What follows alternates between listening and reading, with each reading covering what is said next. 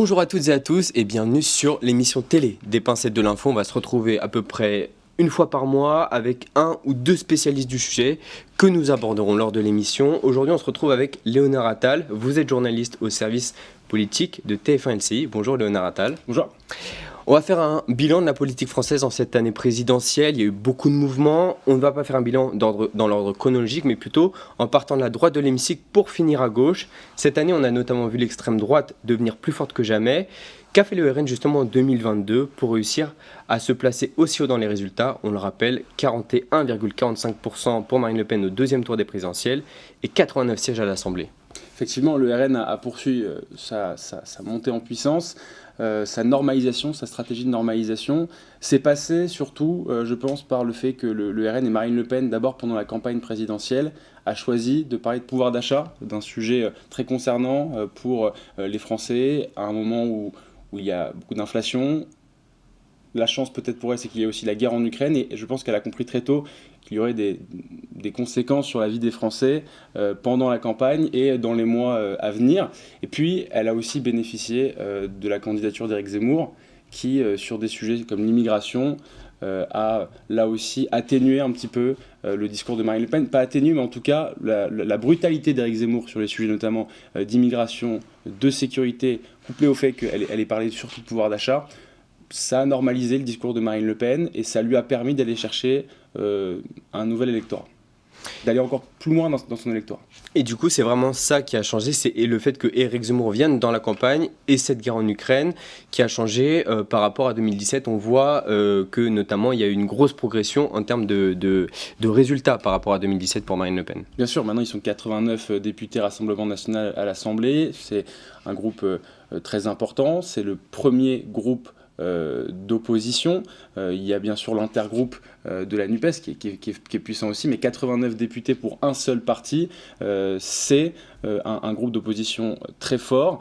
Mais évidemment, le fait de parler de pouvoir d'achat pour Marine Le Pen, c'est pas seulement parce que la guerre en Ukraine, ça avait commencé déjà bien avant. Elle a compris que les Français avaient des attentes sur ces sujets-là. Elle a accentué son discours sur les difficultés quotidiennes des Français et manifestement, ça a payé.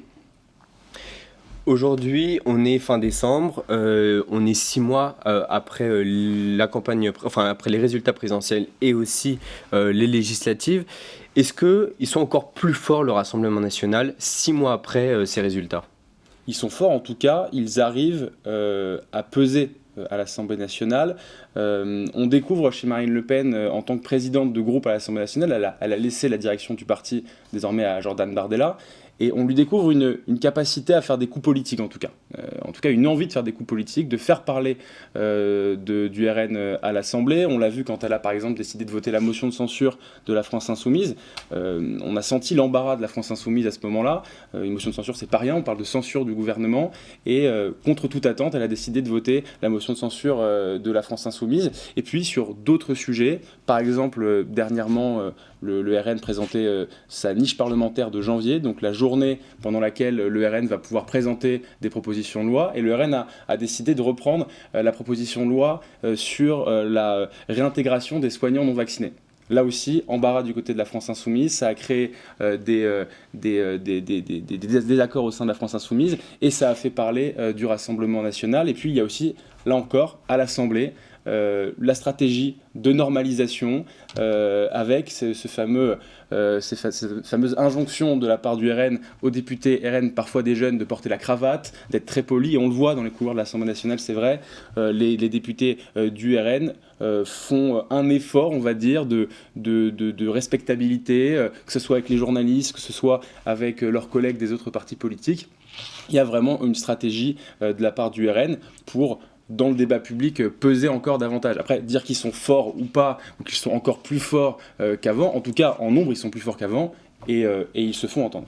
Ouais, on le voit absolument, 89 sièges à l'Assemblée nationale. Jamais le Rassemblement national n'avait eu autant de sièges à l'Assemblée. Vous parliez notamment de Marine Le Pen, mais c'est plus la seule aujourd'hui, parce que Jordan Bardella a été élu président du parti il y a quelques semaines, il y a un mois, et on écoute justement Jordan Bardella. Mes chers amis, au terme d'une campagne électorale interne riche et vivante, les adhérents du Rassemblement national se sont exprimés et m'ont fait l'immense honneur de me désigner à la présidence de notre mouvement. Je mesure la charge de cette nomination avec gravité et humilité. J'en accepte la mission et je vous fais la promesse formelle et solennelle de servir et de ne jamais vous décevoir. Est-ce que Jordan Bardella est, en cette année 2022, rentré dans une nouvelle dimension ?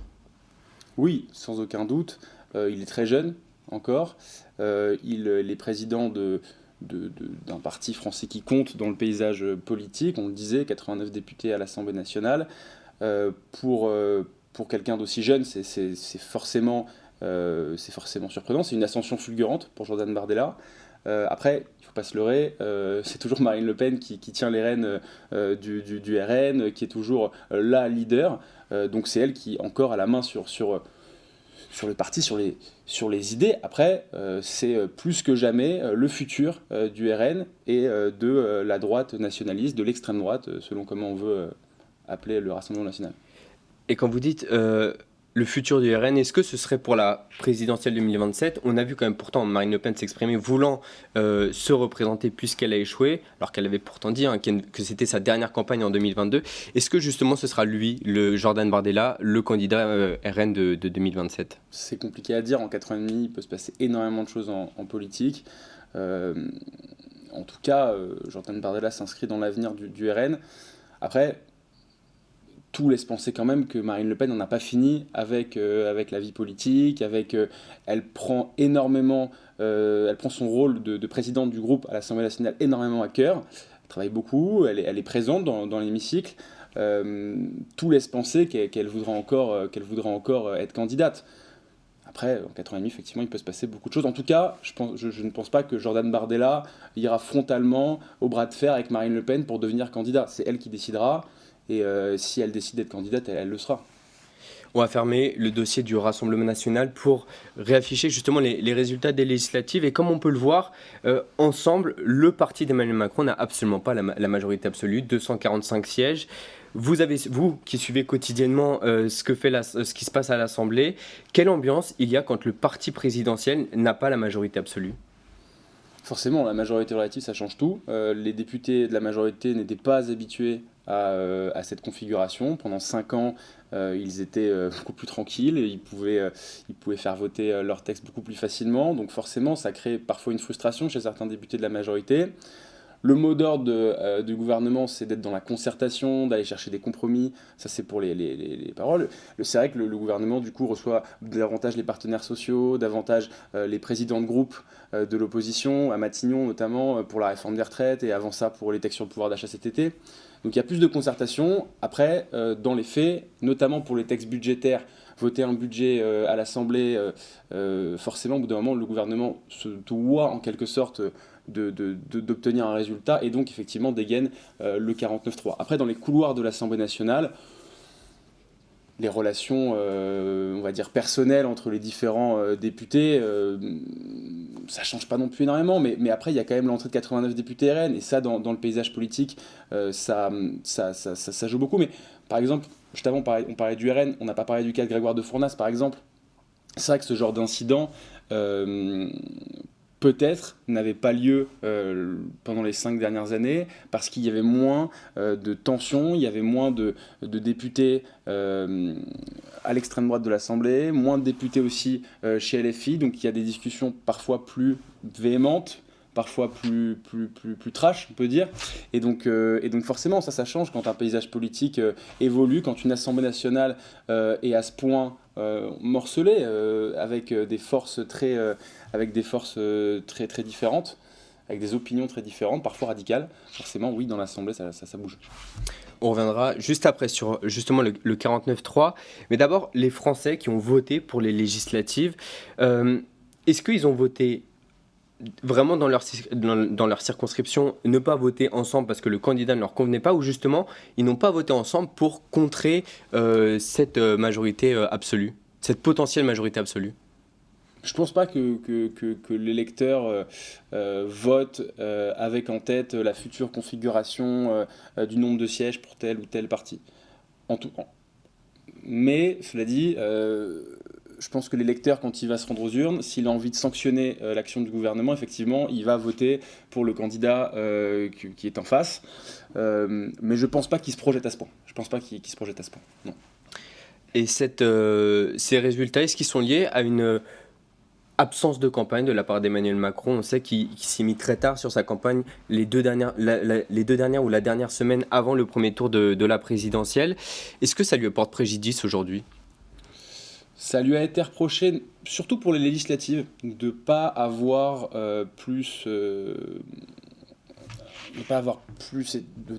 été dans les médias, de ne pas avoir plus fait campagne pour la majorité. Pour la présidentielle, effectivement, il s'est déclaré très tard, par le fait qu'il y a eu la guerre en Ukraine. Son année 2022 a été extrêmement portée sur l'international. Ça lui a apporté quand même de la stature, de se soucier d'un conflit mondial.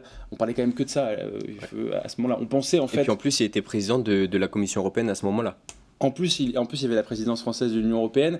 Et c'est vrai qu'on pensait à un moment que cette présidence française de l'Union européenne serait éclipsée par la campagne présidentielle.